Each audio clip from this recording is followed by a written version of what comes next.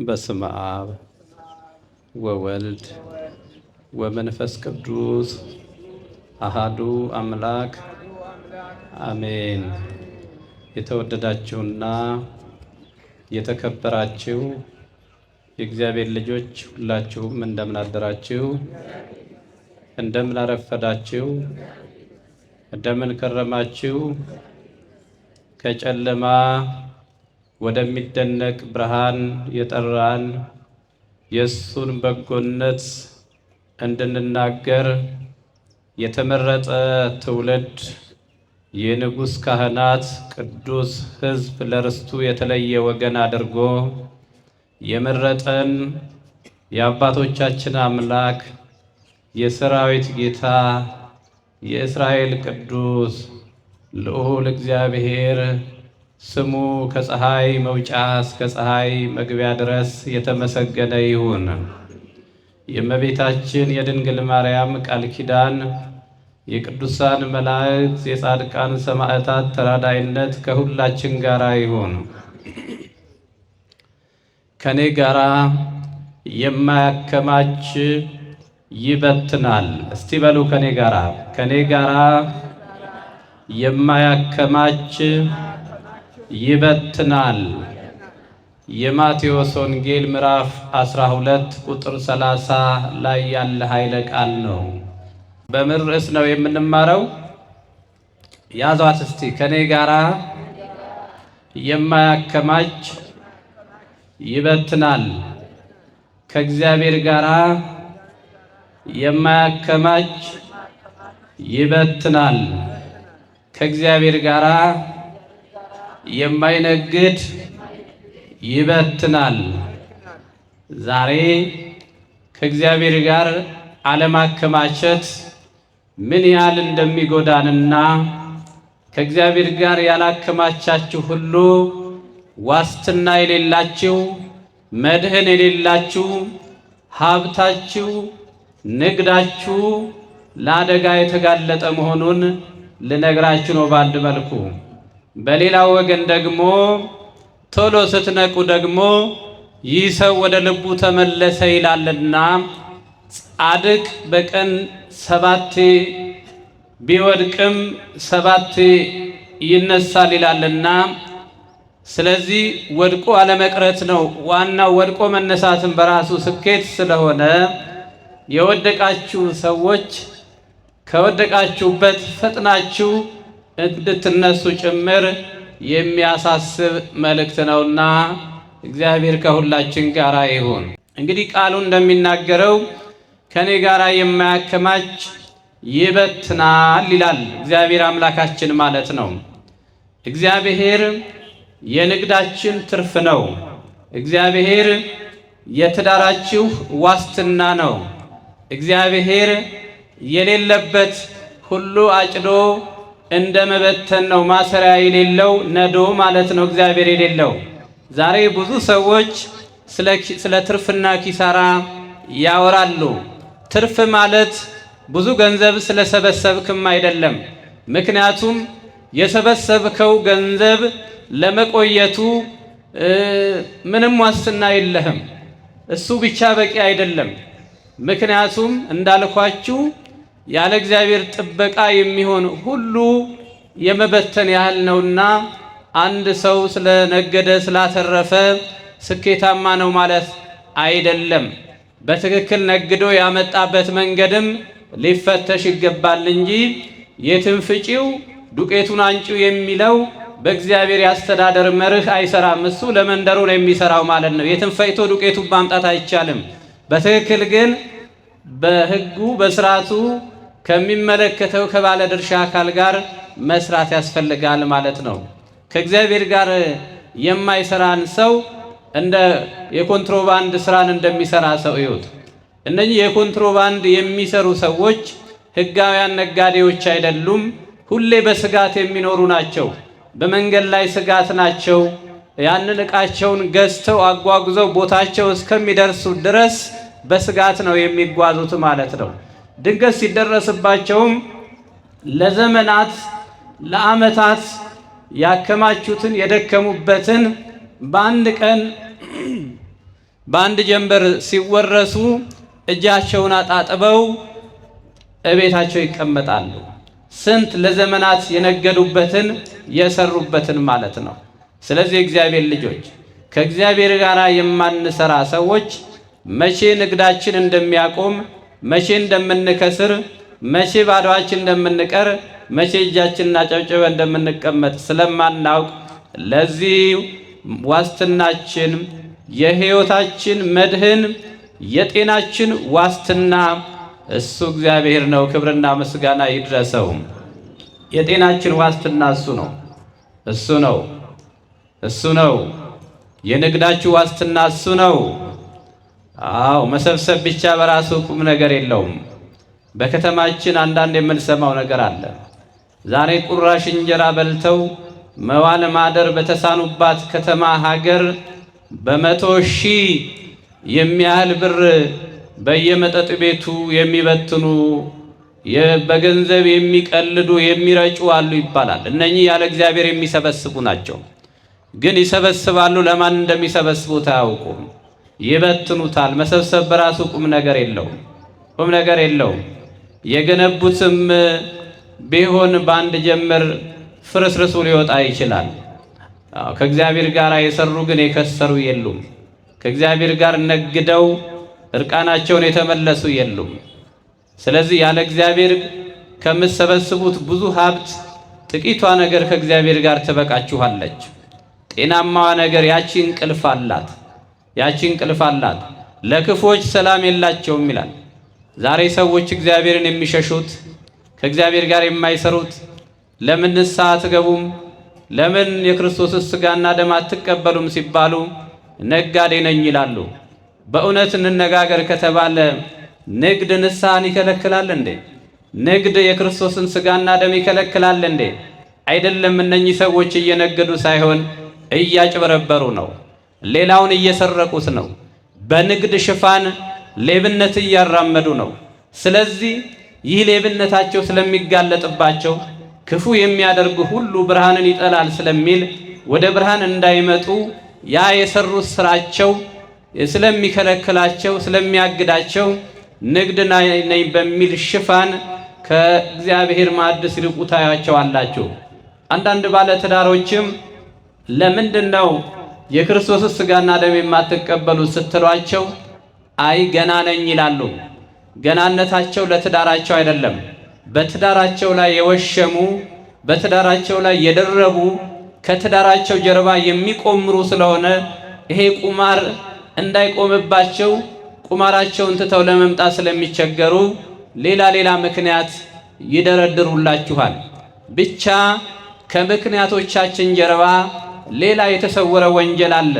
በዚህ ምክንያት ከእግዚአብሔር ርቀን እንቀራለን ማለት ነው። ከዚህ ሁሉ ይልቅ ኃጢአቱን የሚሰውር አይለማም፣ ነገር ግን የሚናዘዝባት ሁሉ ምሕረትን ያገኛል ስለሚል በደልን ተናዞ መቅረብ አይሻልም?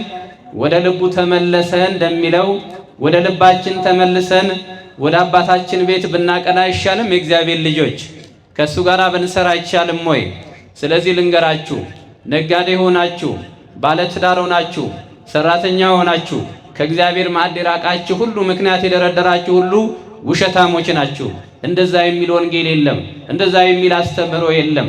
የእግዚአብሔርን ሥጋና ደም ለመቀበል መስፈርቱ ንስሐ መግባት ብቻ ነው። ሌላ መንገድ የለም። ንስሐ መግባት ነው። ከኃጢአት መመለስ ነው። ከዛ በኋላ መቅረብ ይቻላል። ነገር ግን በጣም የያዝነው መንገድ ስለተመቸን ይሄ የስርቆት እንጀራ ይጣፍጣል ስለሚል የምንጓዝበት መንገድ ምቹ ሆኖ ስለታየን ከገባንበት የምቾት ቀጠና መውጣት ስላቃተን ቅምጥሊቱ ደግሞ በሕይወት ሳለች የሞተች ነች ስለሚል ቅምጥልነቱ፣ ጭፈራው፣ ምቾቱ እሱ አንቆ ስለያዘን ዛሬ ሁላችንም በተወሸቅንባት ጥቂት ማምለጫ ስትሆነን ከእግዚአብሔር ተደብቀን ብዙ የምንሰራቸው ነገሮች አሉና እነሱን ገላልጠን ከዛው ውስጥ ሁሉ ወጥተን ወደ እግዚአብሔር እንድንቀርብ እግዚአብሔር አምላካችን እሱ ይርዳን። እስኪ ይህን ሰውዬ እንየው። ጌታችን ሲያስተምር በሉቃስ 15:11 ላይ ለአንድ ሰው 2 ልጆች ነበሩት ይላል። ስንት ልጆች ነበሩት? ስንት ልጆች? ከሁለቱ መካከል ታናሽየው ይላል። ታናሽየው አባቱን እንዲህ አለው፣ አባዬ የሚደርሰኝን ሀብት የድርሻዬን አካፍለኝ አለው ይላል። ይኸው ችግሩ እዚህ ጋር ነው የጀመረው። ብዙ ልጆች ዛሬ በወላጆቻቸው እጅ ሆነው የላመውን የጣመውን እየበሉ እየኖሩ እያለ ብዙም ደስተኞች ያልሆኑ አሉ። ጎጆ ቢወጡ ከእናት አባቶቻቸው ተለይተው ቢሄዱ የተሻለ እንደሚገጥማቸው የሚያስቡ ሰዎች አሉ። ወዳጄ ያ የምትኖሩበት ኑሮ ወላጆቻችሁ ስለተሸከሟችሁ እንጂ ከዛ በኋላ ግን ኃላፊነቱ ከባድ መሆኑን ጎጆ መውጣት ራስን ለመቻል በምታደርጉት ውጣ ውረድ ውስጥ ሸክሙ ከባድ መሆኑን ብታውቁ ኖሮ ፈጽሞ ከወላጆቻችሁ ጉያ መውጣትን አትፈልጉም ነበር። ነገር ግን ብዙዎች ዛሬም በወላጆቻቸው ጋር ቢኖሩም ልባቸው ውጪ እያለ የተቸገሩ ልጆች አሉ። ስለዚህ አባቴ ሀብቴን ስጠኝ አለ። በጣም መካፈል የሚፈልጉ ሰዎች አሉ ወላጆች። ምክንያቱም ሀብትን ሲያስተዳድሩ የነገውን አስበው ነው። እነኚህ በእድሜ የገፉ ሰዎች ልብ አላቸው። ምክንያቱም ገንዘብ በ40 ልብ በ70 ተብሏል። እነኚህ ወደ 70 የተጠጉ ልብ የገዙ ናቸው። ገንዘቡን እንዴት ማኔጅ ማድረግ እንዳለባቸው፣ እንዴት ማስተዳደር እንዳለባቸው በሚገባ ያውቃሉ። በ40 ዓመት የባከነባቸውን ያውቃሉ። ስለዚህ ልጆቻቸው እነሱ በተጠቁት መንገድ እንዲጠቁ፣ በተጎዱት መንገድ እንዲጎዱ ስለማይፈልጉ ለልጆቻቸው ያስባሉ፣ ለነገ ይቆጥባሉ። ዛሬ እንብላ እንጠጣ፣ ዛሬ ብቻ እንኑር አይሉም። ለነገ ለትውልድ ያስባሉና ከአባት ጋር ከሽማግሌ ጋር መኖር የተሻለ ነበረ። ልጁ ግን አልገባውም። አባቴ ሆይ የድርሻዬን ስጠኝና እኔም በግሌ ሀብቴን ላስተዳድራለሁ። አባትየው ደግሞ ዲሞክራት የሆነ አባት ነው። ነፃነትን የሚሰጥ አባት ነው። ልጆችን የሚጋፋ አይደለም። እኔ ብቻ ላስብላችሁ የሚል አባት አይደለም።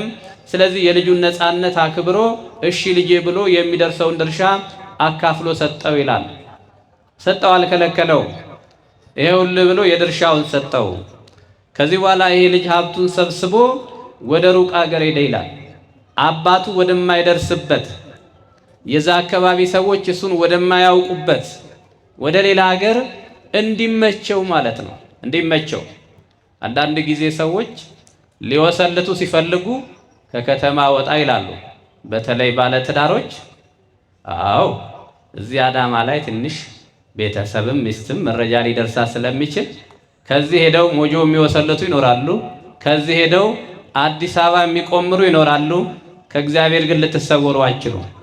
የሚስቶቻችሁ አምላክ ይፋረዳችኋል። የባሎቻችሁ ከባልሽ ዞር ብለሽ የምትቆምሪ ከተማ ለቀው ከከተማ ወደ ከተማ የሚሽከረከሩ በህይወታቸው የሚቆምሩ ብዙዎች ናቸው። ድብብቆሽ የሚጫወቱ ማለት ነው። የአካባቢ ሰው እንዳያቸው ተሰውረው እንደዛ የሚያደርጉ አሉ። የሚያደርጉ ምቹ ቦታ ምቹ ስፍራን የሚፈልጉ። ይህም ሰውዬ ያደረገው ይህ ነው። ለመጠጡ የሚመቸውን ለማመንዘር የሚመቸውን ስፍራን የመረጠው አባቱ የማይደርስበት የአባቱ ወዳጆች እሱን የማያዩበት መረጃ ለባቱ በማይደርስበት ስፍራ ርቆ ሄደ ይላል። ገንዘቡን ሰብስቦ ማለት ነው። እዛ በኋላ መብላት ሆነ። ልጆች አይረዱም። ገንዘብ የሚጠፋ አይመስላቸውም። የተቆለለው እንደሚበተን አይረዱም። ገንዘብ ሲጨምሩበት እንጂ ሲቀንሱት እየበዛ አይሄድም።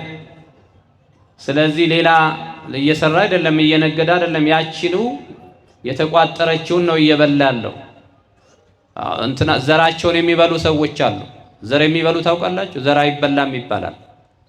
ዘር አይበላም። ያለቻቸውን የሚበሉ ባንክ አስቀምጠ ቁጭ አድርገው የሚበሉ ሰዎች እኮ አሉ። የማይሰሩ ማለት ነው። ቁጭ ብለው ብሬ ምን ላይ ደረሰች፣ ወለዷ ስንት ነች፣ እሷ ነው እየበሉ። ኧረ እንደዛ አትኖሩ። እድሜ እስካላችሁ ድረስ በአቅማችሁ ስሩ። ሌላ ማድረግ ቢያቀታችሁ ግቢያችሁ ውስጥ ተንቀሳቅሳችሁ የሆነ ችግኝ ነገር ትከሉ፣ ቆፍሩ፣ አጽዱ። ለጤናችሁም ጥሩ ነው። ቁጭ ብለው ከጠዋት እስከ ማታ ማይንቀሳቀሱ ከዛች ከባንክ ቤት ሄደው ያችን ወለዳቸውን እየቆጠሩ እየበሉ የሚኖሩ ሰዎችም አሉ። ስለዚህ ይሄ በደንብ ማሰብ አለባችሁ። በእድሜ የገፋችሁም ሰዎች ያችን ብሩን ከወጣቶች ጋር እያወጣ እዚህ የባህል ጭፈራ ቤት ታውቃላችሁ እየመዘዘ አንዳንድ ባለስልጣኖች ይመዛሉ። ግን ያ ባለስልጣን ከየት ነው ይሄንን የሚበትነው ነው የሚያመጣው? ያ ባለስልጣን እኮ እንዲያስተዳድር እንጂ የሀገር ሀብት የህዝብ ሀብት እኮ ያነሳ እንዲበትን አይደለም የተቀመጠው እዛ ጋር። ማስተዳደርና ባለቤት መሆን ይለያያል። ባለስልጣናት አስተዳዳሪዎች እንጂ ባለቤቶች አይደሉም። እግዚአብሔር የሰው ልጅ በምድር ላይ ሲሾመው አስተዳድር ነው ያለው እንጂ ባለቤት አይደለም። ባለቤቱ እግዚአብሔር ነው። ለምሳሌ ለጴጥሮስ በጎቼን ጠብቅ ነው ያለው። መጠበቅ ነው፣ አርዶ መብላት አይቻልም። ለካህናት የተሰጧቸው ልጆችን እንዲጠብቁ እንጂ አርዶ መብላት የሚችል ካህን የለም። አንዳንዶች ግን ማረድ እስከሚችሉ መብታቸው እንደሆነ የሚናገሩ አሉ። ፍጹም ማስተዳደር የዛ የድርጅቱ ኃላፊ ስራ አስኪያጅ መሆን ማለት አንዲት ወረቀት አንዲት ስፒል ያለ መስሪያ ቤቱ ሕግና ስርዓት ከመተዳደሪያ ውጪ እንዳትወጣ እሷን መጠበቅ ጭምር ነው። ዘብ መሆን ማለት ነው። እግዚአብሔር አዳምን በገነት አስቀምጠው ሲል ገነትን እንዲያስተዳድር እንዲንከባከብ ነው የሚለው። ገነትን እንደፈለገ እንዲያደርግ አይደለም። እንደፈለገ እንድናደርግ እግዚአብሔር ምንም አይሰጠንም። ብዙዎቻችን መብቴ ነው በገንዘብ የእናንተ አይደለም፣ የእናንተ የሆነ ነገር የለም እናንተ እና የኛ የሆነ ነገር የለም። ባደራ ነው እኛ ጋር ያለው። ባለሀብቶች ባደራ ነው እናንተ ጋር ያለው፣ የእናንተ አይደለም። ቤቱ የእናንተ አይደለም፣ ገንዘቡ የእናንተ እንድታስተዳድሩ ነው የተሰጣችሁ። በአግባቡ መጋቢዎች እንድትሆኑ ነው፣ እንድታከፋፍሉ ነው በአግባቡ እንጂ እንደፈለጋችሁ እግዚአብሔር እንደፈለገን የምናደርገውን ነገር አይሰጠንም። እንዴት ይሰጠናል? እግዚአብሔር የሚሰጠን ሁሉ እንድናስተዳድር በአግባቡ እንድንመራ ነው። እና የሰውዬ ገንዘቡን ማስተዳደር አልቻለም። ሄደ፣ በላበት፣ ጨፈረበት፣ ጠጣበት። ገንዘቡ እያለቀ መጣ፣ እየተመናመነ መጣ። ትላንትና ገንዘብ ኖሮት ከበር መልስ ሲጋብዝ ነበር። ወዳጆቹም ብዙ ነበሩ። ሲኖራችሁ ሁሉ ይከባችኋል። ሁሉ በሰልፍ ነው ወደ እናንተ የሚመጣው። ያለት ባዶአችሁን የቀራችሁ ቀኑ ግን የሚያውቃችሁ ሁሉ እንደማያውቃችሁ መንገድ ለቆ ነው የሚሄደው። ፈጽሞ ሰላምታ እንኳን ይነሳችኋል። ይሄ ልጅ ባለው ሰዓት ብዙ ወዳጆች አፈራ። ብዙዎች ከሱ ጋር ይበላሉ ይጠጣሉ። ነገር ግን ገንዘቡ ሲያልቅ ባዶ እጁ ሲቀር ማንም ሰው አባከና የሚለው ጠፋ። በቤቱ ማንም ሰው ወስዶ ይሄን ሰው ምሳ የሚሰጠው ምሳ እንኳን የሚያበላው አጣ። ምሳ የሚጋብዘው አጣ። ምሳ ትላንትና እሱ እንደ ልቡ ሲጋብዛቸው የነበሩ ሰዎች ሁሉ ባላወቀ ያልፉት ጀመረ። ግራ ገባው። ይሄ ሰውዬ ራሱን ማቆየት አለበት። ይሄ ሰውዬ በምቾት የኖረ ነው። አባትየው ባለጸጋ ነው። በአባቱ ቤት ይሄ ሰው የፈሰሰው ውሃ እንኳን የማያቀና ነው። በምቾት የኖረ ሰው ነው። በአባቱ ቤት ብዙ ሰራተኞች አሉ። ብዙ ሰራተኞች እሱን የሚያገለግሉ። ይሄ ሰው አንድ ቀን በአባቱ ቤት ተቸግሮ አያውቅም። አንድ ቀን ስለሚበላው ስለሚጠጣው አስቦ አያውቅም። ምክንያቱም ስለ ልጆቹ የሚያስብ አባት አለ። በአባቱ ቤት ስለሆነ ስለ ልጆቹ ዕለት ዕለት የሚገደው አባት አለ። አሁን ግን አባት የለም። ከአባት ርቆ ሄዷል። እናት የለችም። ብቻውን ያለው የሚያውቀው ሰው የለም። ረሃብ ደግሞ ቀን አይሰጥም። ይህ ሰውዬ ግራ ገባው። እንዳልኳችሁ አንዳንድ ጊዜ በጥሩ ሁኔታ የኖሩ ሰዎች ሁኔታ ሲከዳቸው፣ ጊዜ ሲከዳቸው ወርደው ለመስራት ይቸገራሉ። አንድ ወንድም ነበረ ባለፈው እዚህ ግቢ መጥቶ ይስቃል። ሐሳቡ ሲገልጽ ማለት ነው። ችግር ላይ እኮ ነው ያለው ሰውየው። ከስሯል፣ ንግዱ ከስሯል። ልጆቹን የሚያበላ ሚስቱን የሚያበላው አጥቶ የሆነች ነገር በቀን ስራም እንኳን ብትኖር እዚችኛ ግንበኛ ሆኖ ሞባይል ቤት ነበረኝ ብዙ ነበረኝ ለሚስቴ ታማ ብዙ ወጪ አወጣው። አሁን የነበረኝ ሁሉ አልቆ ባዶ እጄን ቀርቻለሁ። አሁን ለሚስቴ እንኳን ይዤ የምገባው ምንም የለኝም። ልጆቼ ተርበዋል ቤት ውስጥ ይላል። ግን ይስቃል። እንዴት አለ እንዴት ትስቃለህ? ቸግረው የለም። አይ እኔ አንድ ቀን የሰው ፊት አያለው ብዬ ያላሰብኩት ሰውዬ አሁን ሰው ሁሉ ምን ይለኛል? ትላንትና ትልቅ ድርጅት ከፍቼ ስሰራ የነበርኩ ሰውዬ ዛሬ እዚህ ደረጃ ላይ ደርሼ እንግዲህ ሁኔታ አልጠበቀውም። እንደዚህ የሚኮንም አልመሰለው። አገኝቶ ማጣት የሚኖርም አልመሰለውም። ትልቅ ሰው ነው እና እንደው እዚህ እናንተ ጋር እንደው ዘበኝነትም ቢኖር እንደው እዚህ ህንጻውም ጋር ስራ ቢኖር ብሎ ሲጠይቅ አየሁኝ። በፍጹም እኔም ላምን አልቻልኩም። ለቴ ሰው የቸግሮት ነው ስላላችሁ ስታዩት ሁኔታው የቸገረ አይመስልም። ለካሄ ልብስ የማይሸፍነው ነገር የለም እና አንዳንድ ጊዜ ትቸገራላችሁ። ራሳችሁን አሳምናችሁ ዝቅ ብላችሁ እንደገና ከዜሮ ለመጀመር በጣም ልትቸገሩ ትችላላችሁ። ግን መጀመሩን የሚሻለው ትላንትናን መመለስ ይቻላል። እግዚአብሔር ዛሬም በእኛ ህይወት አዲስ ለውጥ ያመጣል። የታመነ አምላክ ነው። ዛሬም ማምነን ከወጣን ትላንትን እንመልሳለን። ኢዮብ እኮ የመጀመሪያውን ሀብት እንዳለ አጥቶ ነበር። ልጆቹን አጣ፣ ሀብቱን አጣ። ባንድ ጀመር ደሃ ሆኖ ነበር። በልመና እንጀራ ነበር። ሚስቱ እየዞረች ትለምን ነበር ይላል። በየመንደሩ በየሰው ቤት እየሄደች እየባዘነች እየለመነች ቁራሽ እንጀራ ታመጣለን ነበር። እሱ እዛ በትል ተወሯል። ሰውነቱ አመድ ላይ ተቀምጦ በገል ሰውነቱን ይፍቃል። ያቺን የልመና እንጀራ እየበላ ህመሙን ያስታምም ነበር። ኢዮብ የመጀመሪያው ማንነቱ ጠፋ። እግዚአብሔር ግን የኢዮብን ትዕግስት አይቶ እግዚአብሔር የኢዮብን ህይወት ከመጀመሪያው በ10 እጥፍ ባረከው ይላል። ይባርካል እግዚአብሔር። እንደገና እግዚአብሔር ያስጀምራል። እሱ የእንደገና አምላክ ነው። እግዚአብሔር አምላካችን። ተስፋ አትቁረጡ። ትላንትና እንዲህ ነበርኩ እያላችሁ አትቆዝሙ። እግዚአብሔር ዛሬም አዲስ ነው። ማለዳ ማለዳ እግዚአብሔር በእናንተ ህይወት አዲስ ነው። ንግዴ እንደዚህ ሆነ እንደዛ ሆነ ቀይር። መች ሞከርከውና ነው? 100 መንገድ አለ። አንደኛውን የሞከርከው 99ኙን በሮች ገና አልነካቸው፣ መንገዶች አልነካቸው። መች ነካንና ነው? ተነስ ጀምር። እግዚአብሔር ይቻለዋል። እኔና እናንተን ከትላንቱ በተሻለ ሊባርከን ይችላል። ኢዮብን በተሻለ ባረከው ነው የሚለው። ኢዮብ ደስ ብሎት ከዛ በኋላ በሕይወት ዘመኑ ኖረ ነው የሚለው። መታገስ ያስፈልጋል። በመሃል መራብ ይኖራል። በመሃል ማጣት ይኖራል። መቸገር ይኖራል። መታመም ይኖራል። መደህየት፣ መሰደድ፣ መገፋት ይኖራል። በየመሃሉ እንወድቃለን። በየመሃሉ ብዙ ነገር ይገጥመናል። ነገር ግን እሱ ነን ማለት አይደለም። እሱ ፍጻሜያችን አይደለም። ይሄ የህይወት ገጽታ ነው። ህይወት ሙሉ የምትሆነው እንዲህ ነው። የምንናገረውም ታሪክ እኮ መኖር አለበት። ረሃቡንም ጥጋቡንም ሁሉንም መራቡንም ማወቅ መቻል አለብን። ያኔ ለተራቡ ሰዎችም ማሰብ እንጀምራለን። ረሃብን የሚያውቀው ማን ነው? የተራበ ሰው ነው። ነፃነትን የሚያውቅ ማን ነው? ባሪያ ነው። ነፃነትን የሚረዳ ያለበለዛ ባርነትን የሚያውቅ ሰው ስለ ነፃነት ብንነግሩት አይገባውም። እርቦት የማያውቅ ሰው ዳቦ ብትሉት በኬክ ኬክ ብሉ ነው የሚላችሁ። ምክንያቱም አያውቅም። በረሃብና በዳቦ መካከል ያለውን ልዩነት ክፍተት አያውቅም።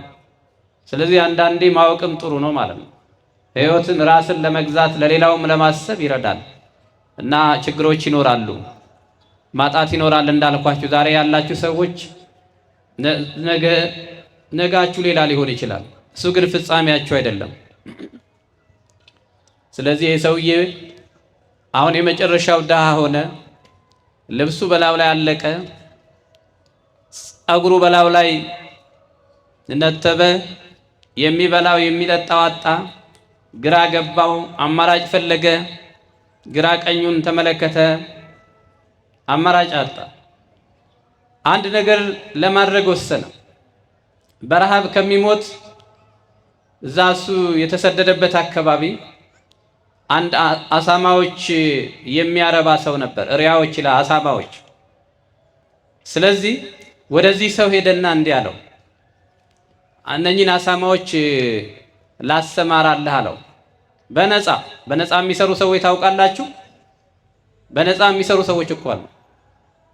በእነኚህ በነፃ የሚሰሩ ሰዎች አንዳንድም እዛ መስሪያ ቤት ውስጥ የሚራሩላቸው ሰዎች፣ አንዳንዴም ደግሞ ባለ ጉዳዮች ጉዳይ አስፈጽመው ደስ ሲላቸው የሆነ ቲፕ ይሰጧቸዋል። እቺን ሰብስበው የሚኖሩ ሰዎች አሉ።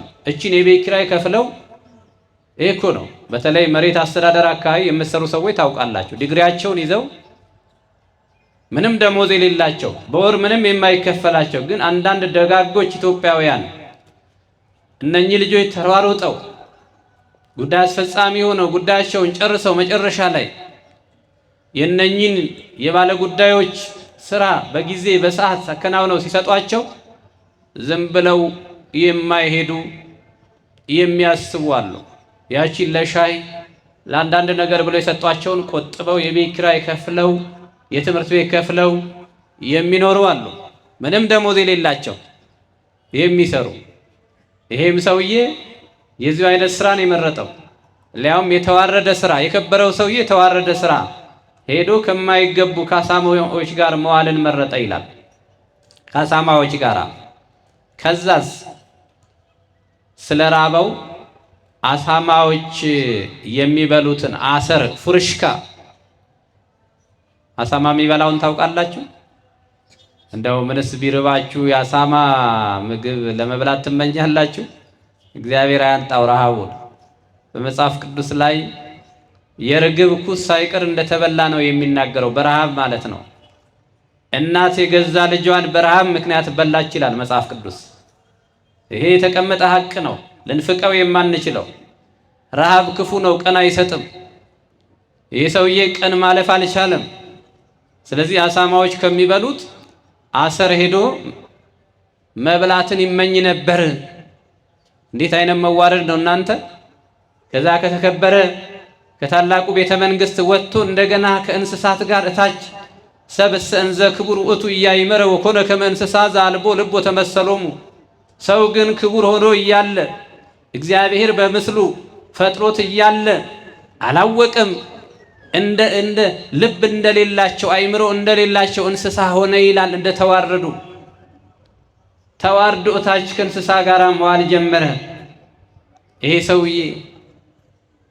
ታዲያ ምንም እንኳን ለጊዜው እንደዚህ አድርጎ ህይወቱን ለማቆየት ቢሞክርም ግን ውስጡ እሺ አላለውም።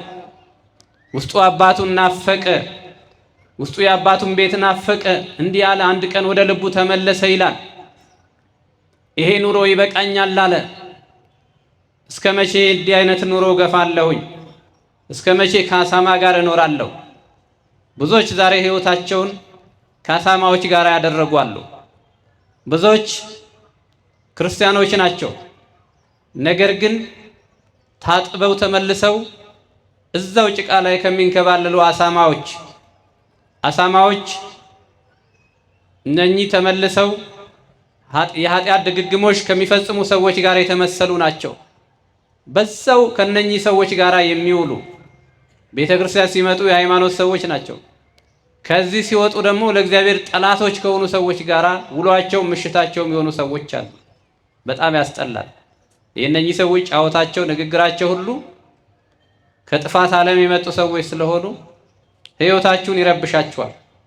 እስከ መቼ ከነኚህ ሰዎች ጋር ከነኚህ ቁማርተኞች ጋር እቀጥላለሁ ትላላችሁ? ውስጣችሁ ሁሌ ይሟገታችኋል። ውስጣችሁ ውጡ፣ ከማይመቻችሁ ሰፈር ከካራን ውጡ። በካራን ያላችሁ እናንተ ለእግዚአብሔር ከማይሆኑ ሰዎች ጋር ያላችሁ ጓደኝነታችሁ ይብቃ። ሰፈር ቀይሩ፣ መንደር ቀይሩ። ከካራን ውጡ፣ ወደ ከነዓን ግቡ። ለእናንተ የምትስማማችሁ ከነዓን ነች። ለእናንተ የሚስማማችሁ የአባታችሁ ቤት ነው። የአሳማዎቹ መንደር አይስማማችሁም። ከዚህ መንደር ልውጣ አለ፣ ወሰነ። ወደ አባቱ ቤት አቀና። እንዲህ አለ በልቡ፣ አባቴን እንዲህ እለዋለሁኝ፣ በሰማይና በፊትህ በድያለሁ፣ ወደፊትህ ልጅ ልባል አይገባኝም። አያችሁ፣ ንስሐ እንዲህ ነው። ንስሐ መጀመሪያ በደልን ማመን ነው፣ ራስን መገሰጽ ነው። ራስን መኮነን ነው። ራስን ትክክል አይደለህም ብሎ መናገር ነው። ለካህኑ ወይም ለእግዚአብሔር ከመናገራችን በፊት ራሳችንን ማናገር አለብን። ትክክል አይደለህም አቶ ገሌ፣ ራሳችሁን እየጠራችሁ ትክክል አይደለህም፣ ትክክል አይደለም የሰራው ስራ፣ የተጓዝክበት መንገድ የጥፋት መንገድ ነው፣ ትክክል አይደለህም፣ ይሄን ማድረግ አይጠበቅብህም ነበር። ስለዚህ ወስን ከዛሬ ጀምራችሁ ብላችሁ ራሳችሁን አናግሩ። መጀመሪያ ማመን ያስፈልጋል። ጥፋትን ያለንበትን ቦታ ማወቅ ያስፈልጋል። ምን አይነት የተበላሸ ህይወት ውስጥ እንደወደቅን ማወቅ ያስፈልጋል። የኃጢአትን አስከፊነት ማወቅ ያስፈልጋል። ምን ያህል እንደተጎዳን እንደተሰበርን የጉዳታችንን ልክ ማወቅ ይጠበቅብናል። ይሄ ሰውዬ ስብራቱን አወቀ፣ ጉዳቱን አወቀ፣ ያለበትን ቦታ አወቀ። የማይገባው ስፍራ ነው። ከታላቁ ስፍራ ነው ተንሸራቶ የወደቀው። ከተራራው ጫፍ ነው ወድቆ የተሰባበረው። ከታላቅ ክብር ነው ወደ ታላቅ ውርደት የወረደው። በጣም ብዙ ደረጃዎችን አልፎ ነው ይሄ ሰውዬ የወደቀው የተሰባበረው። ያለበትን ቦታ አወቀ። ይሄ ቦታ ለኔ አይገባኝም አለ። አጥፍቻለሁ፣ በድያለሁ፣ ግን አንድ ነገር ማድረግ አለብኝ፣ መወሰን አለብኝ። በቃ ውሳኔ ያስፈልጋል አለ። ወስኑ።